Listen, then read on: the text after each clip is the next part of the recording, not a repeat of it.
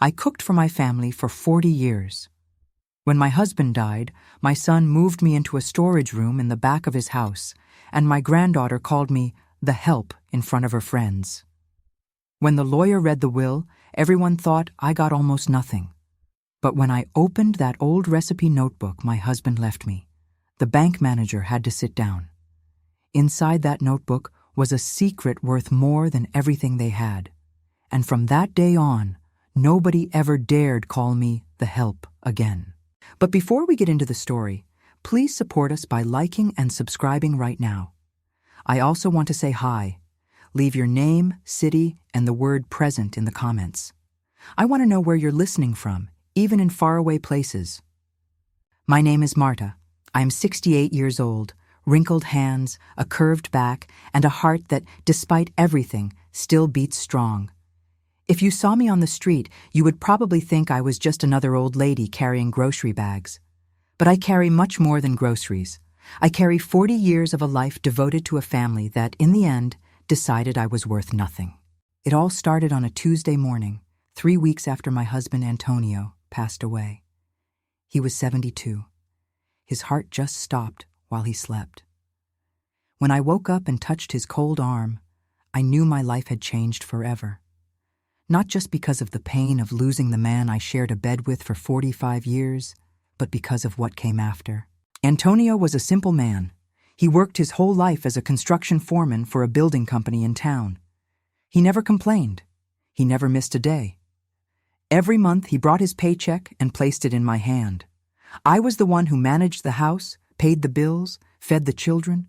He trusted me completely, and I trusted him. I thought I knew everything about that man. We had 2 children, Ricardo, the oldest, who is now 44, and Beatriz, the youngest, who is 38. Ricardo married Vanessa, a beautiful woman with a sweet voice and a wide smile, but with a heart that I came to understand little by little. Beatriz married Daniel, a hardworking man, a mechanic by trade, who always treated me with respect. They gave me 4 grandchildren, Luisa and Pedro, Ricardo's kids, and the twins, Samuel and Sophia, Beatriz's children. While Antonio was alive, the family worked. It was not perfect, but it worked. Every Sunday the table was full. I cooked from 6 in the morning. Rice, beans, roasted chicken, potato salad, green beans, sometimes pot roast, sometimes lasagna. There was always dessert.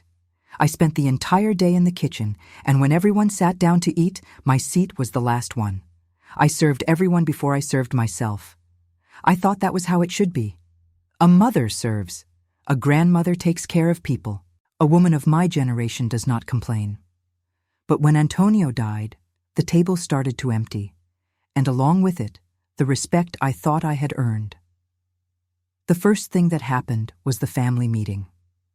Ricardo called everyone to the living room of my house, that room where Antonio used to watch football games on the old brown sofa. Ricardo sat in his father's chair as if he already owned everything and said we needed to talk about the future. Vanessa was beside him, with her freshly done nails and that strong perfume that filled the whole room. Beatriz and Daniel came from far away. They lived in a town 2 hours away. They arrived tired, with the twins sleeping in the back seat. Beatriz had swollen eyes.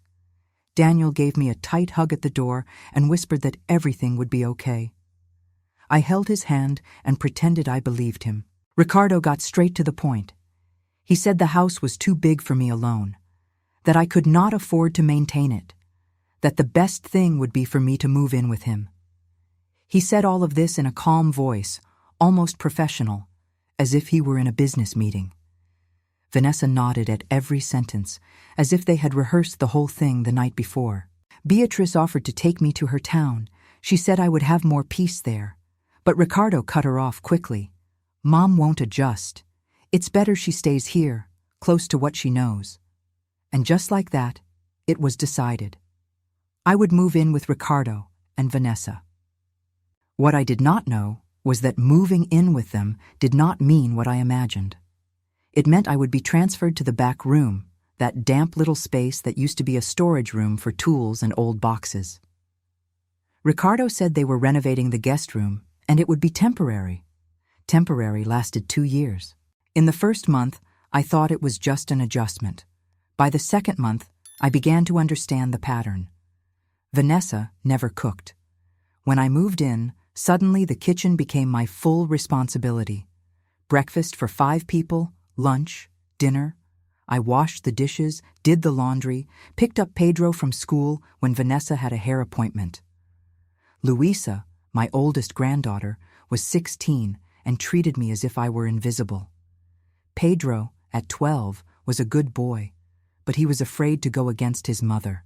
The back room had no real window, just a narrow opening high on the wall. It had a mattress on an old bed frame, a fan that rattled all night long, and a yellow light bulb that flickered whenever it rained hard. I placed a photo of Antonio on the small nightstand. Every night, before falling asleep, I would look at that face and whisper, "Antonio, what am I doing here?" But I said nothing to anyone. I did not complain. I thought it was my duty, that a mother endures, that a grandmother adapts, that after a certain age you no longer have the right to demand anything. Until the day Luisa brought her friends home. It was a Saturday afternoon. I was in the kitchen making carrot cake for their snack. I heard voices in the hallway.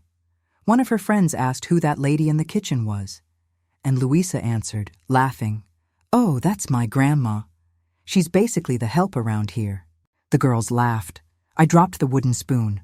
My hands were shaking, not from anger, from pain. A pain that is born in the chest and spreads through the whole body like slow poison. The help. My own granddaughter called me the help. I sat on the kitchen stool and cried in silence. The cake burned in the oven. Nobody noticed. Nobody asked if I was okay. That day, something broke inside me. Not my spirit. No. What broke was that invisible chain that kept me tied to the idea that I had to accept everything in silence. Friends, every story I tell you is released every day. But YouTube will only show them to you if you tap the red subscribe button. Please do it now while I'm speaking.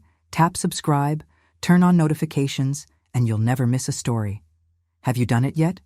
Thank you. In the months that followed, the situation only got worse. Vanessa started treating the house as if I did not exist unless she needed something. She worked part-time at a clothing store at the mall, but she was always complaining about being tired. She would come home, throw her bag on the couch, and ask what was for dinner without even looking me in the eye. Ricardo, my own son, avoided being alone with me. When I tried to talk to him about the house, about how I felt, he always had an excuse. He was tired from work. He had a phone call to make. He needed to take Pedro to soccer practice. There was always something more important than his own mother. And the worst part was that I cooked for that entire family every single day with the same love as always. I woke up at 5:30 in the morning. I made Pedro's hot chocolate, Vanessa's green juice, Ricardo's eggs and toast, and Luisa's oatmeal. Then I cleaned everything and started making lunch. In the afternoon, I took care of the laundry, tidied the rooms, picked up Pedro from school, and prepared dinner. When I finally lay down on that old mattress, my back hurt so much I had to curl up on my side like a child. And you know what hurt the most? It was not the work. It was the invisibility. It was sitting at the table and nobody asking how my day was. It was cooking a special dish and nobody saying it was good. It was cleaning the whole house and Vanessa complaining that her bathroom was not scrubbed properly. During this time, Beatrice called every week. She lived far away and worked as a nursing assistant at a county hospital. She did not earn much, raising the twins with her salary and Daniel's, and yet she sent me a little money every month. $20, $50, whatever she could. I refused, but she insisted, "Mom, buy yourself a treat, some medicine, anything." Beatrice was the only person who truly asked how I was doing. And when I said I was fine, she would go quiet for a few seconds and then say, "Mom, I know you." But I did not tell her the truth. I did not want to worry her. I did not want to cause problems between the siblings. And while I was living in that damp little room, My husband's house, the house where I raised my children, was being sold. Ricardo did not consult me. He simply showed up one day and said he had found a buyer, that it was better to sell quickly because the market was good, that they would split the money. I asked if that was how it worked, if there did not need to be a proper legal process. He said it was all taken care of, that he had talked to a lawyer friend of his. The house sold for $285,000. Ricardo took $150,000. Beatrice received $95,000. And me? I got $40,000. Ricardo said it was fair because I was living with him and had no expenses. Vanessa added that it was even generous, considering they were supporting me. Supporting me. As if I did not work from 5 in the morning to 10 at night in that house every single day. Beatrice was furious when she found out about the split. She called Ricardo, and there was an ugly fight. But Ricardo replied that if she did not agree, she should hire a lawyer. Beatrice could not afford a lawyer. She swallowed her anger. She called me, crying, and apologized, as if it were her fault. I told her to stay calm, that money comes and goes. But inside, I was shattered. I kept the $40,000 in an account Antonio had opened for me years ago. I never touched that money. It was my reserve, my only safety net. I knew that if I ever needed to leave that house, I would need every penny. 2 months after the sale, Vanessa decided to remodel their house. New kitchen, new bathroom, new floors in the living room. And guess who paid for part of the renovation? The money from the sale of my husband's house. The money that should have been mine. And my little back room? It stayed the same. Same flickering light bulb, same rattling fan, same sagging mattress. Ricardo promised he would fix it up, but there was always a higher priority. Around this time, something happened that marked me deeply. My husband's cousin, Osvaldo, showed up one afternoon. Osvaldo was a 75-year-old retired man who lived alone on a small farm outside of town. He and Antonio had grown up together and were very close. Osvaldo knocked on the door. Vanessa opened it with the face of someone who did not want visitors and said I was in the back. Osvaldo came to the little room. When he saw where I was sleeping, he stopped in the doorway. His eyes filled with tears. He said nothing about the room. He just sat on the edge of the mattress, held my hand, and said, "Marta, Antonio asked me to do something before he passed. I need to give you this." He pulled from his bag an old notebook, one of those with a hard cover and a rusty spiral binding. It was the recipe notebook I had used my whole life. I had given that notebook up for lost when I moved. I thought it had stayed in the old house and gone away with the sale. Osvaldo explained that Antonio, months before dying, had gone to his farm and left that notebook with clear instructions. When Marta needs it, when things get hard, give this to her. Tell her the most important recipe is on the last page. I took the notebook and pressed it against my chest. It smelled like cinnamon and old cooking oil, the smell of my whole life. I opened it to the last page. Taped, there was a small envelope, sealed with adhesive tape. On the front, in Antonio's shaky handwriting, it said, "For my Marta, when the time comes." My heart raced. What was that? Antonio never told me about any envelope. I ran my finger over his handwriting, and the tears came without warning. Osvaldo stood up and said he was leaving. At the door, he turned around and added, "Marta, Antonio always knew you were the heart of that family. He was not a fool. He prepared." That night, I did not open the envelope. I hid it under the mattress, next to Antonio's photo. I needed courage. I needed the right moment. Because something inside me said that envelope would change everything. And I was afraid of what would come after. A month passed before I had the courage to open that envelope. During that time, life continued in the same heavy rhythm as always. I woke up early, cooked, cleaned, took care of everything, and nobody said thank you. But now there was something different. There was that envelope under my mattress, like a burning ember that reminded me every night that there was something beyond this miserable life. Meanwhile, Vanessa's behavior kept getting bolder. She started inviting her friends over for lunch, and I was expected to cook for all of them. I would make food for 8-10 people sometimes. Vanessa never introduced me. Her friends thought I was the hired cook. One of them even offered me a tip once. Vanessa did not correct her. She just smiled. The lowest point came when Ricardo asked me to sign some papers. He said it was bureaucracy from Antonio's estate. I do not understand much about legal documents, but something inside me told me not to sign anything without reading it first. I took the papers to Osvaldo at his farm. Osvaldo called a lawyer he knew, and we discovered the truth. Ricardo was trying to transfer a bank account of Antonio's directly into his own name, an account I did not even know existed. I went cold, not because of the account, since I did not know how much was in it. I went cold because my own son was trying to cheat me to my face. The boy I breastfed, the boy I carried in my arms, the boy I protected from everything his whole life, was deceiving me without shame. Osvaldo's lawyer said I should not sign anything, that as a surviving spouse I had rights to everything. I returned home with the unsigned papers and placed them on the kitchen table. When Ricardo got home from work and saw the papers untouched, he turned red. He asked why I had not signed. I said I wanted to think it over. He did not push it, but the atmosphere in the house turned cold. Vanessa stopped speaking to me for a week. Luisa became even more rude. Pedro was the only one who continued treating me the same, poor boy. Sometimes he would come to the back room and sit on the floor while I sewed. He would just sit there quietly, keeping me company. One day he said, "Grandma, I'm sorry about my mom. She's not bad. She's just like that." Those words cut through my heart, because I knew Pedro was right.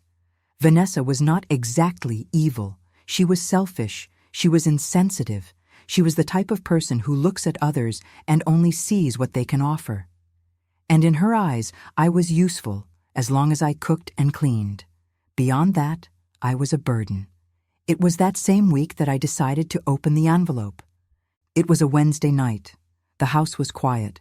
Ricardo and Vanessa had gone out to dinner. Luisa was in her room with headphones on. Pedro was already asleep. I locked the door of the little room, sat on the mattress, and pulled the envelope from under the bed frame. My hands were trembling. I tore the tape carefully, as if I were opening a Christmas present. Inside there was a handwritten letter and a bank card. The card was from a different bank than the one we used. A big bank, one of those with a nice branch downtown. The card was in Antonio's name, but there was a small note clipped to it. The password is the day we met. March 18th, 03:18. The letter was 3 pages long.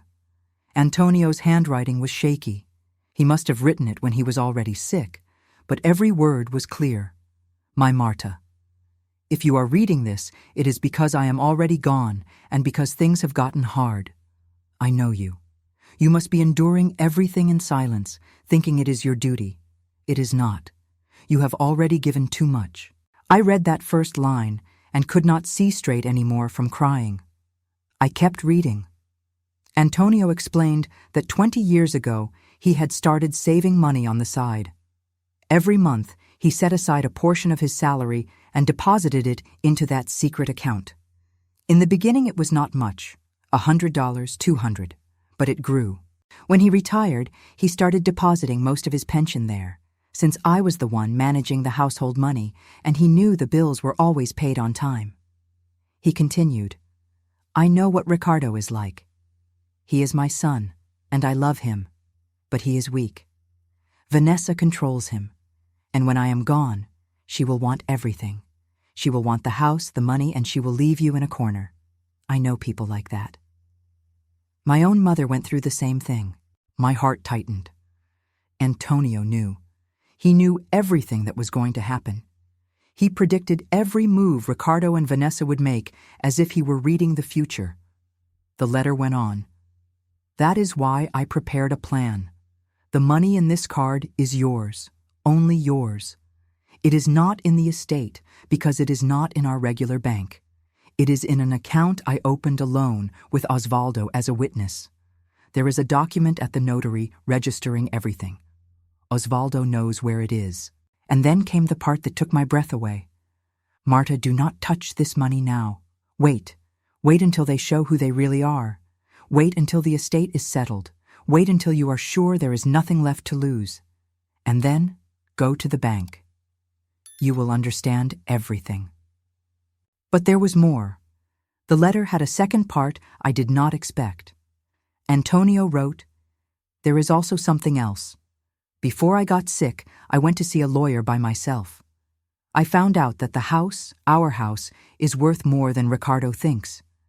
The property deed has both our names on it. By law, you own half of that house. Ricardo cannot sell it without your formal consent. If he tries, the sale can be challenged. Osvaldo has a copy of our original deed. Keep this information. Use it when you need it." I sat on that mattress, holding that letter, and realized that Antonio had not just saved money. He had built an entire fortress around me, a fortress I did not even know existed. On the last line, he wrote, "You were the best part of my life. I never knew how to say it right, but I knew how to do math. And this account is in your name now. With love, your Antonio." I pressed that letter against my chest and cried like I had not cried since the day of the funeral. I cried from longing, from relief, from anger, from gratitude, all mixed together. Antonio, that quiet man who never gave me flowers, who never said I love you the right way, had spent 20 years building my protection in silence. I put the letter and the card back under the mattress. I did not go to the bank that day, or the next week. I followed Antonio's advice. I waited. If you want to know how this story ends and discover many more, hit the red subscribe button. It's free and it helps me a lot. The waiting lasted 2 more months, 2 heavy months where every day was a test of patience. During that time, Antonio's estate was finalized. Ricardo handled everything with his lawyer friend. In the end, besides the house that had already been sold, Antonio officially left a small savings account of $22,000 and an old truck worth about $12,000. Ricardo kept the truck. The savings were split. $11,000 for Ricardo, $11,000 for Beatrice. And me? 0. Ricardo said that as a wife, I had already received $40,000 from the house sale, and that was more than enough. Beatrice nearly lost her mind when she found out. She called me sobbing, saying she would sue Ricardo, that it was theft, that as his wife, I was entitled to half of everything. I told her to stay calm. I said it was not worth fighting over those amounts. Inside, I was truly calm because I knew about that card under my mattress, but I told nobody. It was not time yet. The moment that made me decide to go to the bank happened on a Friday night. Ricardo and Vanessa were out for dinner. Luisa had gone out with friends. Pedro was in his room playing video games. I was in the kitchen washing the dishes from the dinner I had prepared and that nobody had called me to eat. I ate the leftovers standing up, leaning against the sink as I always did. While washing the plates, I heard Ricardo's phone vibrate on the living room table. He had forgotten it. The screen lit up with a text from Vanessa to him. I was not trying to snoop, I swear. But the message appeared in full on the lock screen. It said, "Babe, ask the lawyer if there's a way to remove your mother as a dependent for good. She's getting too old, and soon she'll be more trouble than help. We can put her in a public nursing home and use the back room for the walk-in closet I want." I read that, and the world stopped. My hands were wet with soap suds, and my heart was dry with disappointment. Public nursing home, walk-in closet. That was my future in that woman's eyes. I had raised her children, cooked thousands of meals, cleaned that house from top to bottom, and she wanted to trade me for a wardrobe. That night, lying on the mattress with Antonio's photo in my hand, I decided, tomorrow morning I would go to the bank, not for revenge, but because the time had come. I had waited long enough. They had shown exactly who they were. I woke up at 5 in the morning, as always. But that day I did not go to the kitchen. I took a bath, put on my best outfit, that navy blue dress I wore to church, and left the house before anyone woke up. I left coffee ready on the table, because old habits die hard. But for the first time in 2 years, I did not make lunch. The bank was downtown, a 30-minute bus ride away. I arrived before it opened. I stood in line outside, holding that bank card as if it were a passport to another life, my old purse on my arm, the navy dress pressed and clean, my hair tied in a bun. Anyone looking at me would see just an elderly woman waiting to take care of some small business at the bank. Nobody would imagine what was about to happen. When the doors opened, I took my number and sat in a waiting chair. My legs were shaking. Not from fear, from anticipation. From 2 years of humiliation about to turn into something. They called my number. I went to the teller window. A young woman, friendly, with her hair pulled back and a name tag that said Carla. I handed her the card and my ID. I asked to check the balance and make a withdrawal. Carla swiped the card. She typed on the computer, and suddenly she stopped. She looked at the screen. She looked at me. She looked at the screen again. Her face changed. It became serious, not in a bad way, in a stunned way. "Ma'am," she said quietly, "could you wait just a moment? I need to get the branch manager." My heart froze. Was there a problem? Was the account blocked? Had Ricardo somehow found out and done something? Carla got up and went to a door in the back. She returned a minute later with a man in a suit, gray hair and glasses. He introduced himself as Mr. Moreira, the branch manager.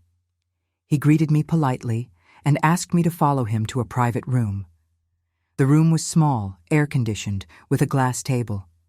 He closed the door, offered me coffee, and sat across from me. He had a folder in his hands. "Mrs. Marta," he began. "First of all, I need to confirm some information. This account was opened by Mr. Antonio Ferreira, correct?"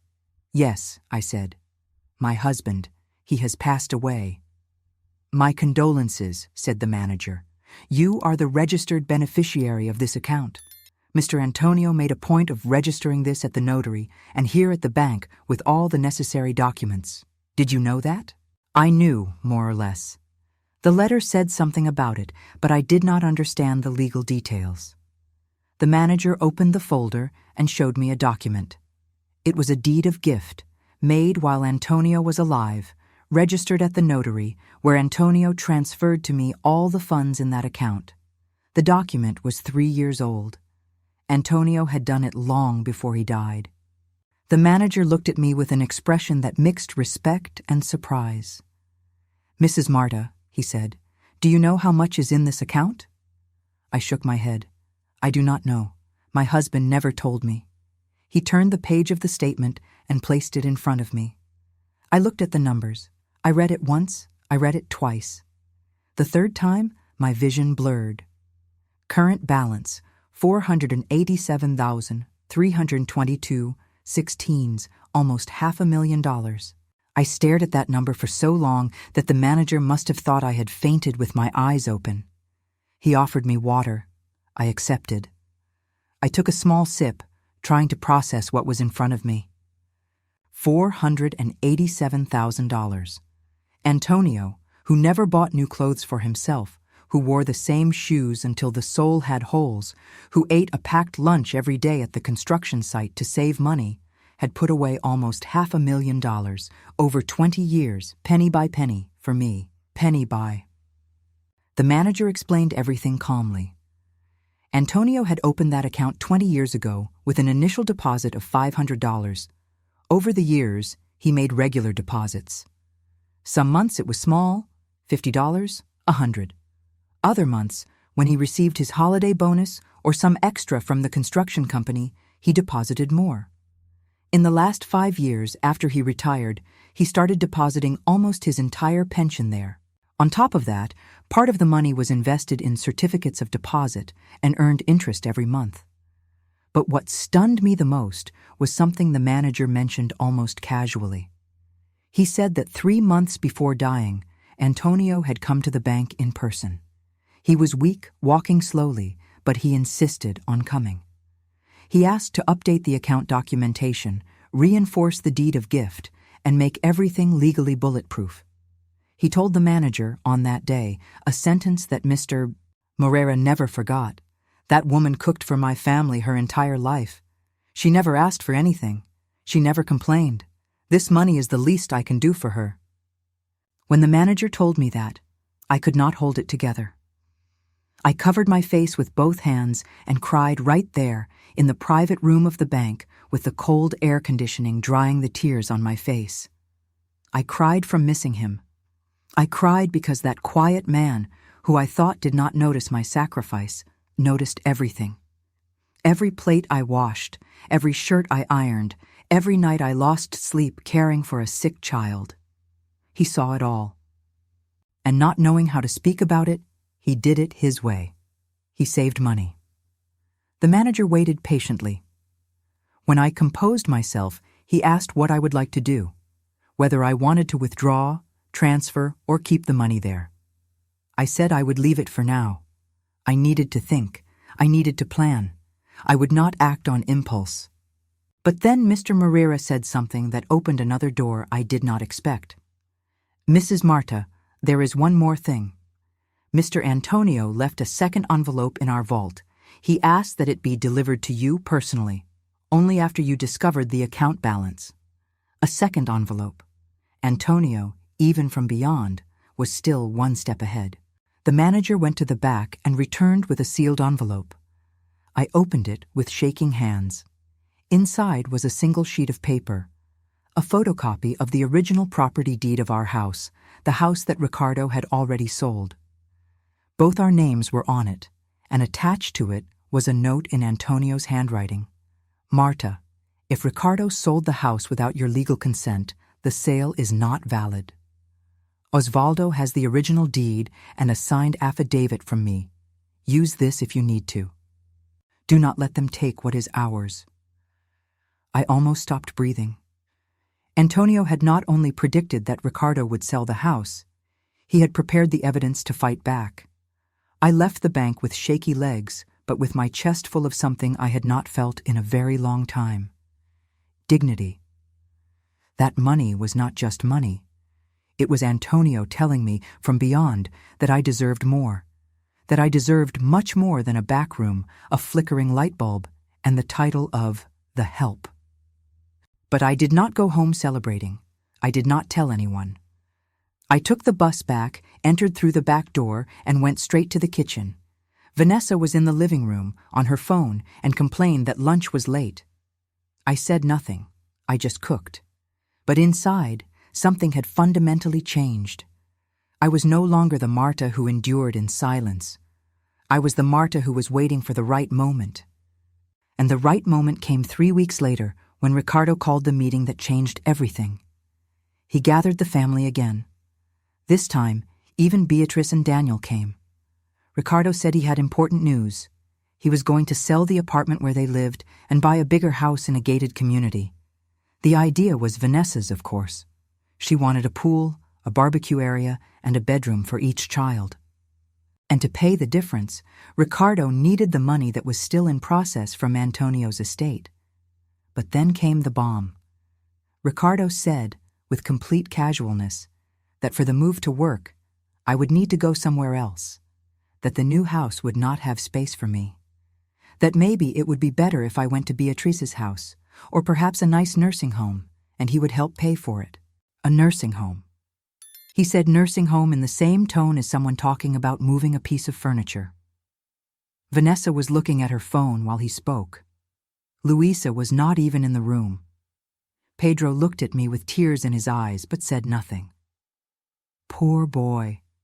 Beatrice exploded. She jumped off the couch and screamed at Ricardo things I prefer not to repeat.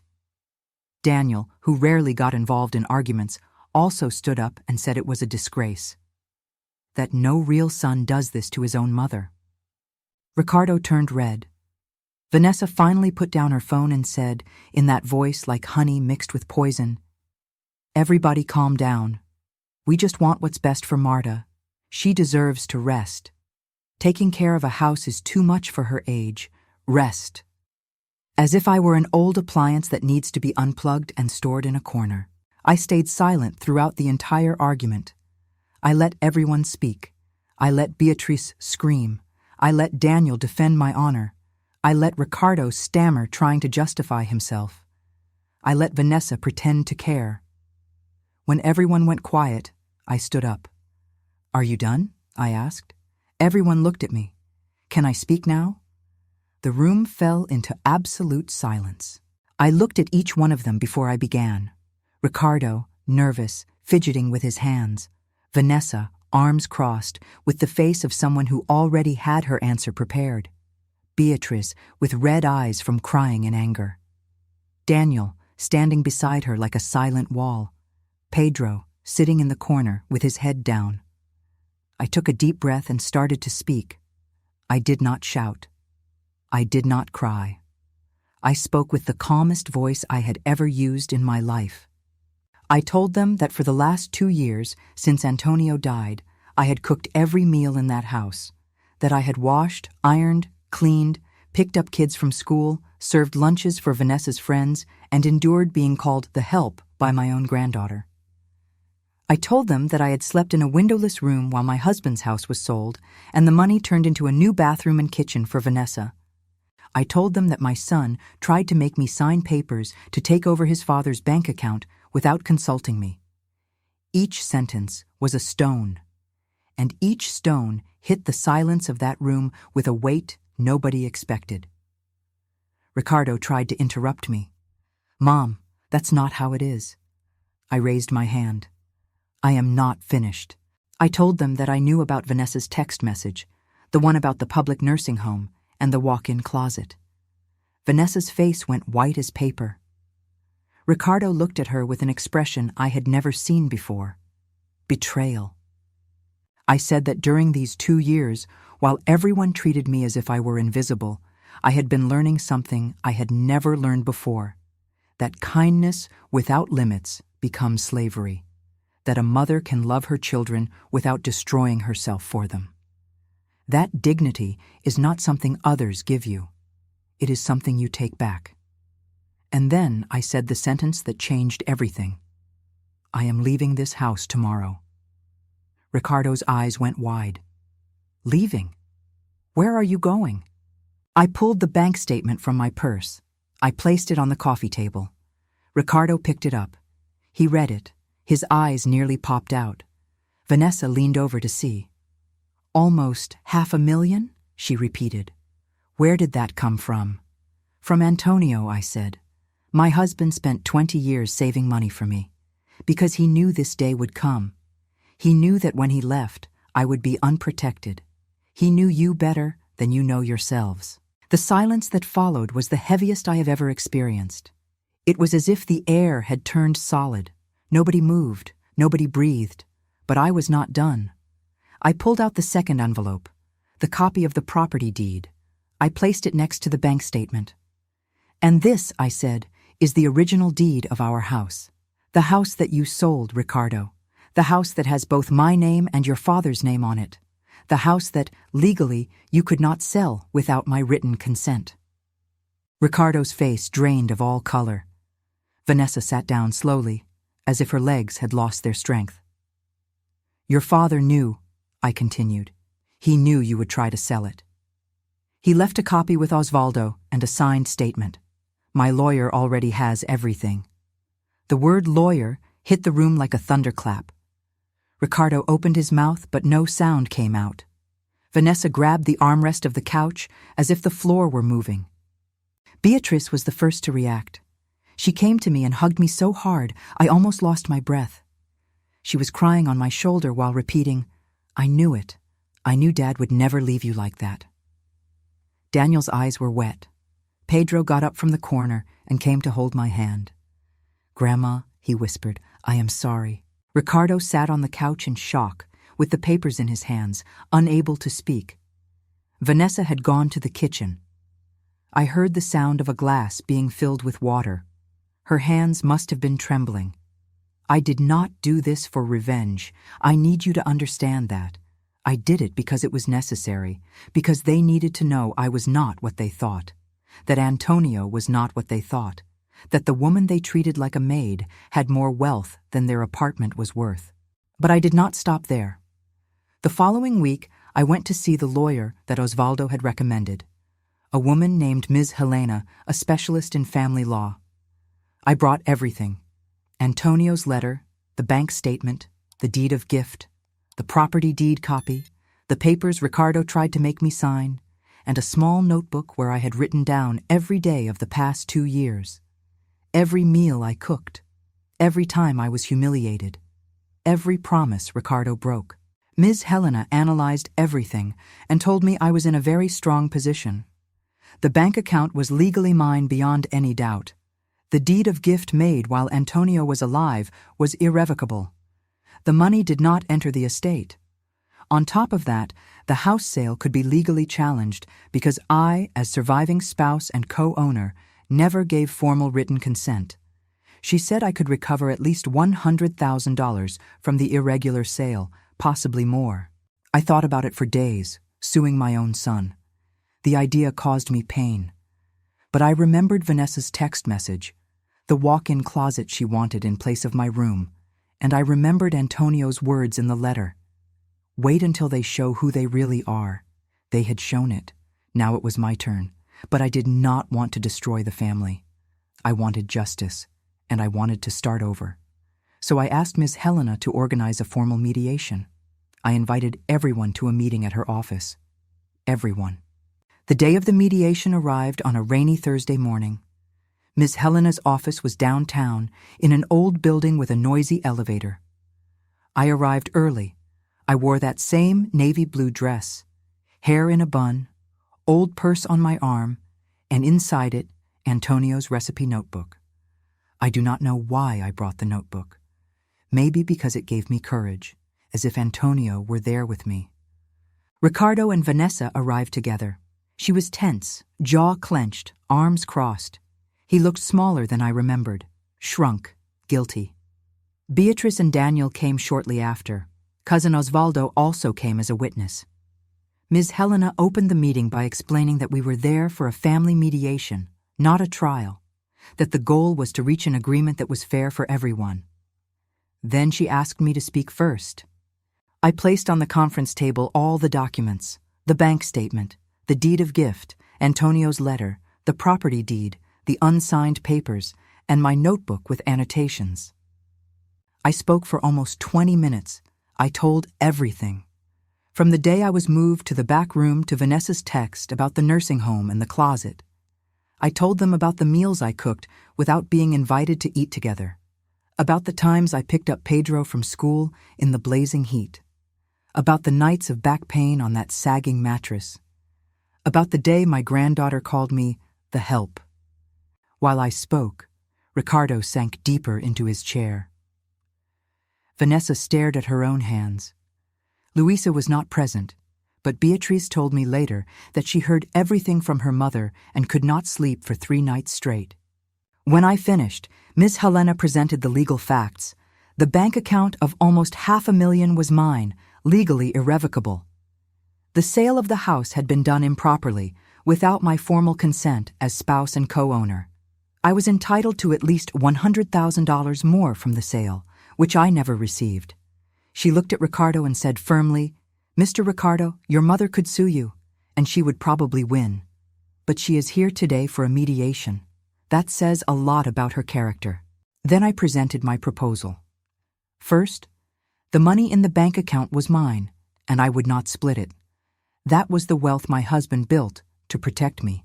Nobody would touch that money. Second, Ricardo would pay me $100,000 for my rightful share of the house sale. He could pay in installments over 2 years, no interest. I did not want to ruin his family. I just wanted what was mine. Third, I would use the money to buy my own house. Small, simple, but mine. A place where I would have a real window, a decent bed, and a kitchen where I would cook for pleasure, not out of obligation. Fourth, and this was the part that mattered most to me, I wanted the family to remain a family. I did not want lawsuits. I did not want an endless war. I wanted my grandchildren to be able to visit me without embarrassment. I wanted the table to still be full on holidays if everyone chose to come. And finally, I would donate $50,000 to the senior care center in town. That place where Antonio and I used to bring donated clothes every Christmas. I would donate it in his name. because Antonio believed that no elderly person should be thrown in a corner and forgotten. When I finished, the silence lasted nearly a full minute. Then something unexpected happened. Ricardo started to cry. Not a quiet cry. A full-body, shaking, sobbing cry. He covered his face with both hands and apologized. He said he had lost his way, that Vanessa wanted things, and he did not know how to say no, that he knew he was wrong and was ashamed to look at me. Vanessa was frozen, quiet. For the first time since I had known her, she had nothing clever to say. Ms. Helena asked if she had anything to declare. Vanessa shook her head. In that moment, sitting in that chair, stripped of all her arrogance, she looked like a different person. She looked like someone who finally understood that the woman she treated like a maid was the pillar holding that whole family together. The mediation ended with everyone signing the agreement. Ricardo committed to paying $100,000 in installments. Antonio's money stayed in my account. Beatrice hugged me in the hallway and said she would help me find a house near her. Daniel said he would do any renovation I needed, free of charge. Osvaldo, who stayed quiet during the entire meeting, stood up at the exit and said only one thing. Antonio would have liked seeing this. Then he put on his hat and walked out into the rain, as he always did. 2 months later, I moved into my new house. It was small. 2 bedrooms, a living room, a nice kitchen, and a little backyard with space for some plants. It was on a quiet street, near a bakery and a park where children played in the afternoon. The first thing I did when I walked in was open every window. Real windows, with white curtains and sunlight pouring in. I placed Antonio's photo on the living room shelf. Next to it, the recipe notebook. And in the kitchen, I hung a new apron that Beatrice gave me as a gift, embroidered with the words, "World's Best Cook." In the first days, the house felt too big for me alone. I was used to the noise, to the routine of serving, to the constant weight on my back. Suddenly, the silence was strange. But I got used to it. I started cooking for myself, just for myself. For the first time in decades, I made rice, beans, and a steak with onions. I sat at the table, in the head chair, and ate slowly. Every bite tasted different. It tasted like freedom. Beatrice and Daniel visited every weekend. The twins, Samuel and Sophia, loved the new house. They ran around the backyard, fought over the swing that Daniel installed, and then came to the kitchen to help me bake. Sophia, at 9 years old, said that when she grows up, she wants to cook just like Grandma. That filled my heart with a joy I did not know could still fit in there. Pedro started visiting me on his own. He would take the bus after school and show up at my door with that shy smile. I made him a snack and we talked. He told me about school, about his friends, about soccer games. One day he said, "Grandma, I'm sorry for everything that happened. I should have said something." I held his face with both hands and told him, "My dear, you were a child. It was never your fault. You have a good heart. Do not let anyone change that." Luisa took longer. It was almost 4 months before she showed up at my door. She came alone on a Sunday morning. She looked different. No makeup, hair down, simple clothes.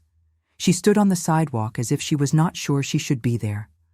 I opened the door and said simply, "Come in, sweetheart. There is fresh coffee." She came in and sat in the kitchen. She was quiet for a while, holding the cup without drinking. Then, without looking me in the eye, she said she was sorry, that she was ashamed of what she said that day, that she did not understand why she had been so cruel, that after everything came out, she researched elder abuse online and realized that what happened in that house had a name, and that she was part of it. I did not respond with anger or with a lecture. I just said, "I forgive you, but I want you to learn something. The people who take care of you are the most valuable ones. Never treat anyone as if they are less than you. Because one day, the person you look down on might be the one who loved you the most." Luisa cried at my kitchen table and I poured more coffee. Some things heal with words, others heal with hot coffee and silence. Ricardo came to see me the following month. He came alone, without Vanessa. He looked thin, with dark circles under his eyes. I heard from Beatrice that his marriage was in crisis.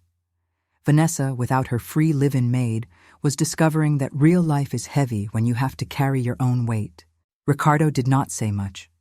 He sat in the backyard with me while I watered the plants. He stared at the orchids I had planted, Antonio's favorites, and after a long silence, he said quietly, "Mom, I was wrong. I know I was wrong. I do not know if I will ever forgive myself." I looked at him and felt something I thought I would never feel again, compassion, because Ricardo was my son. And no matter how much he had hurt me, I could still see in him the 6-year-old boy who used to run into the kitchen asking for chocolate cake. I said, "Son, I have already forgiven you. But forgiving is not the same as forgetting. I love you, but I will never again accept being treated the way I was. If you want to be in my life, it will be with respect. And if Vanessa wants to come here, she can. But in my house, my rules." He nodded. He did not argue. Maybe for the first time in his life, Ricardo understood that respect is not something you ask for. It is something you show. The donation to the senior care center was made in the name of Antonio Ferreira. I insisted on going personally to deliver the check. The director could barely believe it. With that money, they renovated the bedridden patient's wing, bought new mattresses, installed proper fans, and hired an extra nurse. On the wall at the entrance, they placed a small plaque, "Antonio Ferreira Wing," in honor of a man who never forgot the elderly. When I saw that plaque, I cried, but it was a different cry from all the others. It was a cry of peace. Today, 6 months after everything, I am sitting on my porch. The afternoon is warm. The orchids in the backyard are blooming. The recipe notebook is on the shelf, next to Antonio's photo. Every now and then, I open that notebook and cook an old recipe. Each dish has the smell of a memory, of times when the table was full and love was simple. The family did not go back to what it was. It cannot. Some cracks are too deep to pretend they do not exist, but we have learned to live with them. Ricardo pays his installments on time. Vanessa treats me with politeness when we see each other, which is already more than I expected. Luisa sends me messages every week asking how I am. Pedro comes for lunch every Saturday, and Beatrice, my Beatrice, is always there, as she always has been. Sometimes, before going to sleep, I open Antonio's letter and read it again. Even though I know every word by heart, I need to feel his handwriting with my eyes. And when I reach the end, where he wrote, "You were the best part of my life," I close my eyes and whisper back, "You were mine too, Antonio. You were mine too." I learned that kindness must have limits, that sacrifice without recognition becomes exploitation, that dignity is not something others decide to give you. It is something you pick up from the ground and carry in your own hands. And that sometimes, the people who love us the most are the ones who show it in silence, saving every penny of protection for the day we will need it. Antonio never gave me flowers when he was alive. He never said "I love you" with fancy words. But he gave me the greatest proof of love anyone can give. He prepared for the day he would no longer be here to protect me. And that love, quiet and steady like he always was worth more than any words. My name is Marta. I am 68 years old, wrinkled hands, a curved back, but my head held high. And if you are going through something like this, if someone is making you feel like you have no worth, I want to tell you one thing. You do. You are worth so much. And one day, in a way you do not expect, life will show you. I know, because life showed me. Inside an old recipe notebook hidden on the last page. If you enjoyed this story, click subscribe and tell me in the comments what part impressed you the most. Was it the moment at the bank, Antonio's letter, or when Marta finally stood up for herself? There's more tomorrow. See you there.